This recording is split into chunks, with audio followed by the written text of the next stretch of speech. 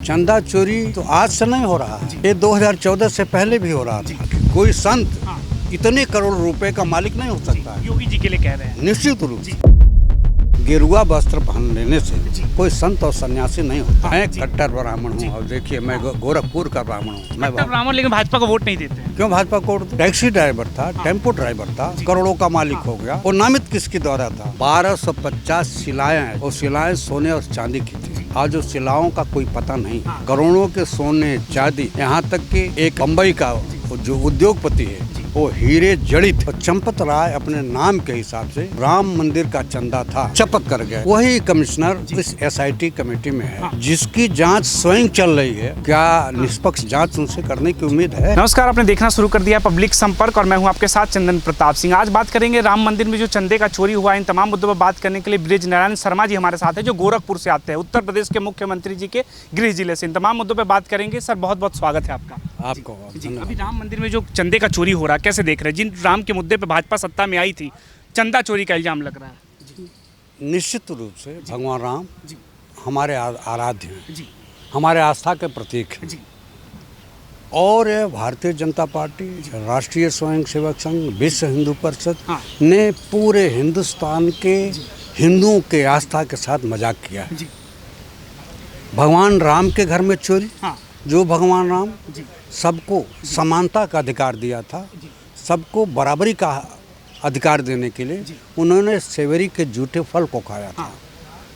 उस राम के नाम पर जो चंदा लिया गया, निश्चित रूप से हमारा और आपका पूरे हिंदुओं का अपमान है। तो आपको लगता है चंदा चोरी हुई है या अफवाह फैलाया जा रहा है? निश्चित रूप से चंदा चोरी हुई है।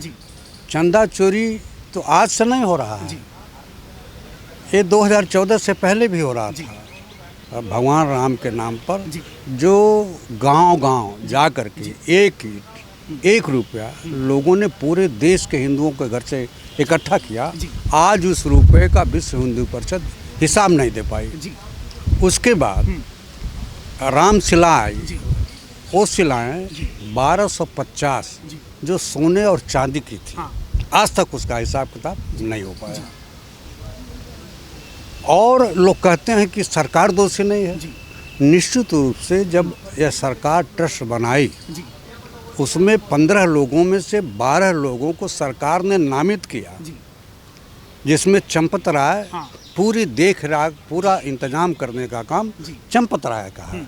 और चंपत राय अपने नाम के हिसाब से पूरा जो राम मंदिर का चंदा था वो चपत कर गए, चंपत से चपत कर गए। तो सरकार उस पर FIR क्यों नहीं कर रही है? निश्चित रूप से अब देखिए, देश के हिंदुओं के आस्था के साथ जो मजाक किया जा रहा है कि बिना FIR के SIT जांच कर रहे हैं। पहले FIR होना चाहिए, तब SIT जांच होना चाहिए। और इस SIT जांच पे वह लोग हैं जो प्रयागराज में जो कुंभ लगा हुआ था, जो वहाँ कमिश्नर थे, वही कमिश्नर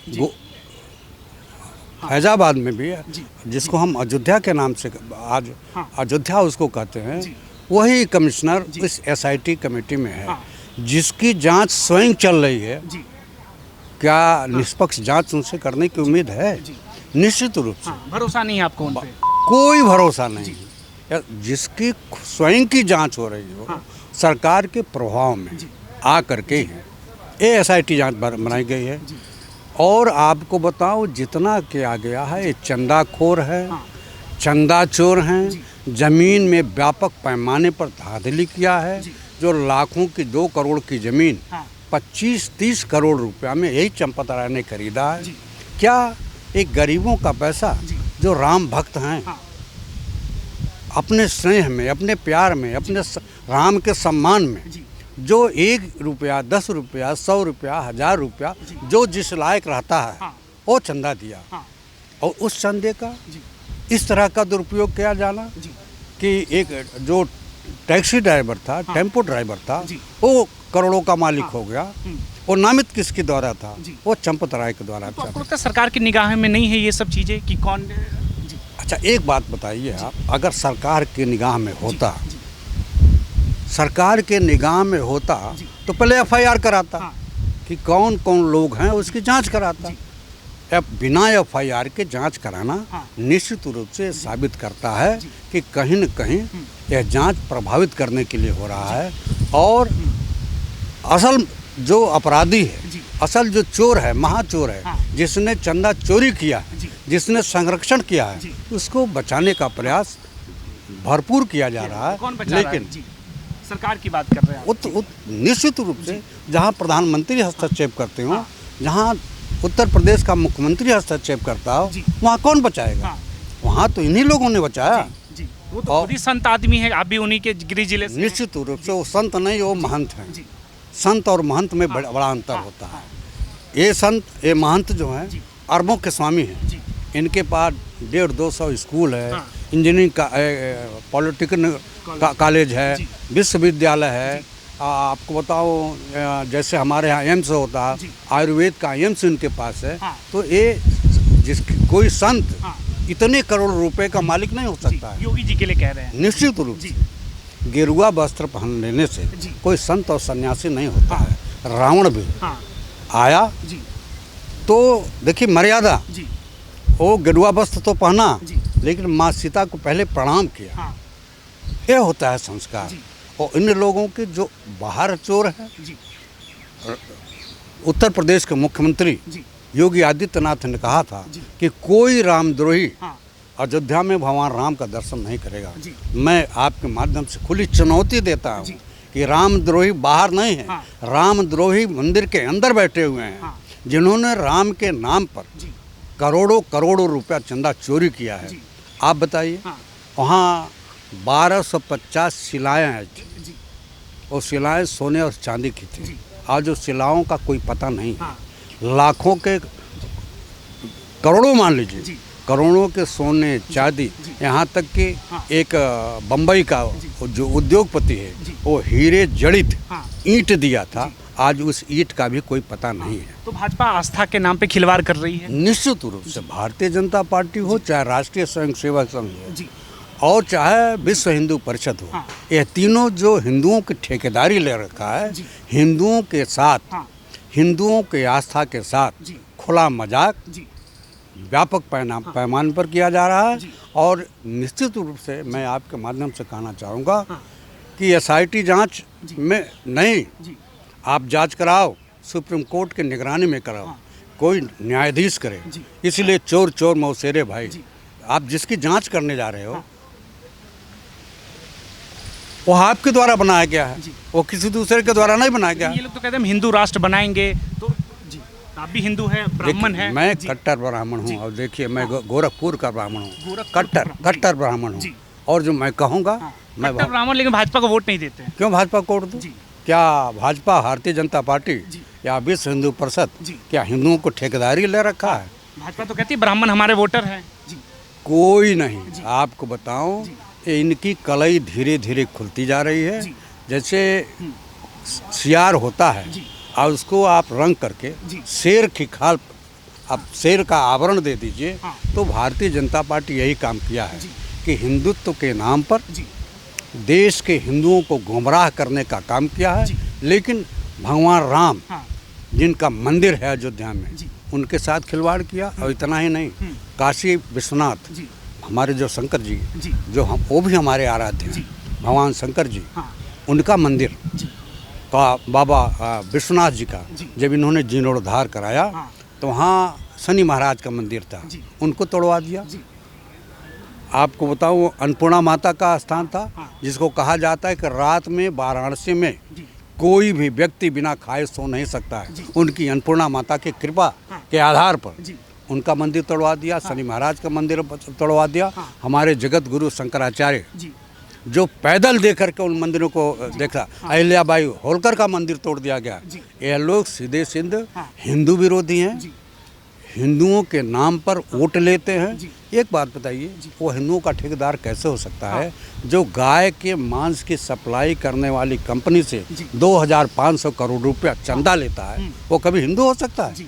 कोई भी हिंदू गाय के, हिंदू हृदय सम्राट कहते हैं खुद को। जी, वो गाय के मांस की सप्लाई करने वाली कंपनी से पैसा लेगा? जी। राम राम, ये कोई हिंदू नहीं कर सकता है। कोई भी हिंदू गौ मांस के हत्यारों से चंदा नहीं ले सकता है। तो जो गौ मांस के सप्लाई करने वाली कंपनी से 2500 करोड़ रुपया चंदा लेता हो, वो कैसा हिंदू? राम मंदिर बनने से आप खुश नहीं है क्या? राम मंदिर बनने से हम खुश हैं, लेकिन भगवान राम का सांवले रंग के थे। आप जा करके देखिए तो भगवान राम के काले पत्थर की मूर्ति बनाई गई है, एकदम काला, जो भगवान का स्वरूप ही नहीं है।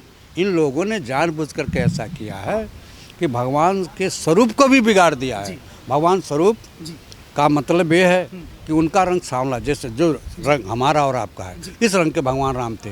लेकिन आप जा करके यथा स्थिति की देखेंगे, भगवान राम की प्रतिमा को एकदम काले पत्थर से इन लोगों ने बनाया है। अब आप बताइए, अगर ये लोग हिंदू होते तो हिंदू सनातन धर्म, हमारे 4 शंकराचार्य हैं जिनके आधार पर हमारा हिंदू धर्म चलता है, हमारा सनातन धर्म चलता है। जब इसकी प्राण प्रतिष्ठा हुई भगवान राम की प्रतिमा का, उनकी मूर्ति का, तो प्राण प्रतिष्ठा हुई तो हमारे चारों शंकराचार्य ने इसका बहिष्कार कर दिया। क्यों किया? इसलिए कि हिंदू रीति रिवाज से इनका प्राण प्रतिष्ठा नहीं हो रहा था। योगी जी तो कह रहे फर्जी शंकराचार्य हैं। आप बताइए, ये कौन होते हैं परमपद? ये खुद नाथ संप्रदाय के हैं, ये पूरा हिंदू भी नहीं है। अब आप देखिए ना, योगी जी हिंदू नहीं है, ये नाथ संप्रदाय के हैं, हिंदू तो हम हैं। मैं लिखता हूँ पंडित ब्रिजलाल शर्मा, गोरखपुर उत्तर प्रदेश। मैं ब्राह्मण हूँ, मैं हिंदू हूँ। ये नाथ संप्रदाय के, हमारा गोरक्षनाथ मंदिर, बाबा गोरक्षनाथ मेरे आस्था के प्रतीक हैं। कई लोग कहते हैं कि योगी जी से ब्राह्मणों को इसलिए दिक्कत है क्योंकि ठाकुर समाज से आते हैं। देखिए, जब कोई संत हो गया, कोई महंत हो गया, उससे जात बिरादरी से क्या मतलब? वो तो सबका है। यदि आपके अंदर जातीयता आ गई तो निश्चित रूप से उस पीठ पर रहने लायक नहीं है। कोई भी, चाहे ब्राह्मण हो, चाहे ठाकुर हो, चाहे दलित हो, चाहे किसी भी धर्म का हो, या किसी मुस्लिम का मौलाना हो, जब उसके अंदर जातवादी व्यवस्था हो गई तो निश्चित रूप से उस पद लायक नहीं है वो। ये सवाल इसलिए चलता है क्योंकि उत्तर प्रदेश की राजनीति में तो ठाकुर वर्सेस ब्राह्मण चलता ही है, इसलिए ये सवाल पूछे जाते हैं। निश्चित रूप से आपकी बातों में सच्चाई है और 100% सच्चाई है, इस बात से हम इनकार नहीं करते हैं। लेकिन जिस पीठ से आते हैं वह पीठ गरीबों का हमदर्द रहा है। वह पीठ बाबा गोरक्षनाथ से लेकर और गुरु गंभीरनाथ तक सारे के सारे लोग योगी होते थे और भिक्षाटन करके लोगों का कल्याण करते थे। तो उत्तर प्रदेश के मुख्यमंत्री आपके जिले से है, तो गोरखपुर कितना बदल गया योगी जी के आने से? देखिए, आपको बताऊं, योगी के आने से ही नहीं, जिस जनपद का मुख्यमंत्री होता है, गढ़वाल में देखिए, गढ़वाल में भी परिवर्तन हुआ, इलाहाबाद में भी परिवर्तन हुआ, वाराणसी में भी परिवर्तन हुआ, वहाँ से कमलापति त्रिपाठी जी आए थे।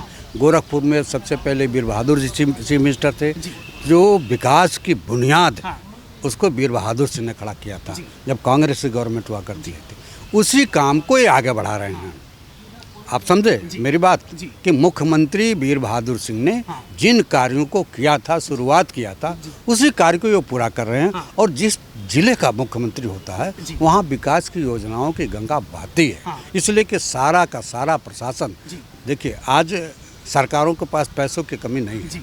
पहले की सरकारों के पास पैसे का अभाव रहता था, नहीं, आज तो जब एक गौकसी करने वालों से चंदा 2500 करोड़ रुपया ले रहे हैं, आपके यहाँ CBI, आपके यहाँ ED, आपके यहाँ इनकम टैक्स बेच करके पैसा वसूल रहे हैं।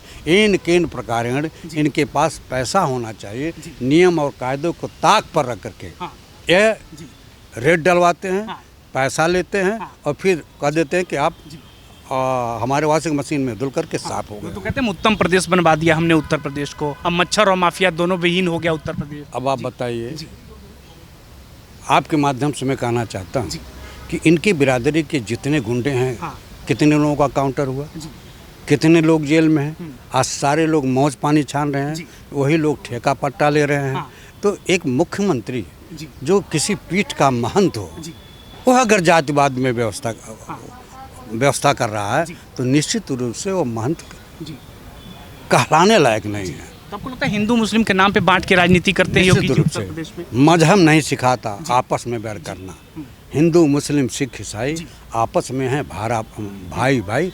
इस बुनियाद पर, इस नारे पर हिंदुस्तान का संविधान है, हिंदुस्तान का चाहे मुसलमान हो, चाहे हिंदू हो, चाहे सिख हो, चाहे ईसाई हो, ये सब हिंदुस्तान के नागरिक हैं। और हिंदुस्तान को बनाने में, संवारने में सभी जातियों का, सभी धर्मों का, सभी संप्रदाय के लोगों का हाथ है।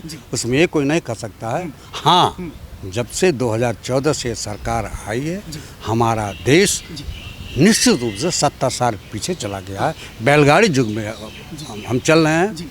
और देखिए, रावण से प्रतापी कोई नहीं हुआ, रावण से बलवान कोई नहीं हुआ। रावण का राज चला गया, कंस का राज चला गया, हिरण्यकश्यप का राज चला गया। और आपके माध्यम से मैं पूरे देशवासियों से कहना चाहूँगा कि नरेंद्र मोदी की भी सरकार को जाना है, इसको कोई रोक नहीं पाएगा। ठीक है, उत्तर प्रदेश की राजनीति को लेकर और वर्तमान हिंदुस्तान की राजनीति को लेकर आप क्या सोचते हैं? आप अपनी राय में ज़रूर बताइए। धन्यवाद।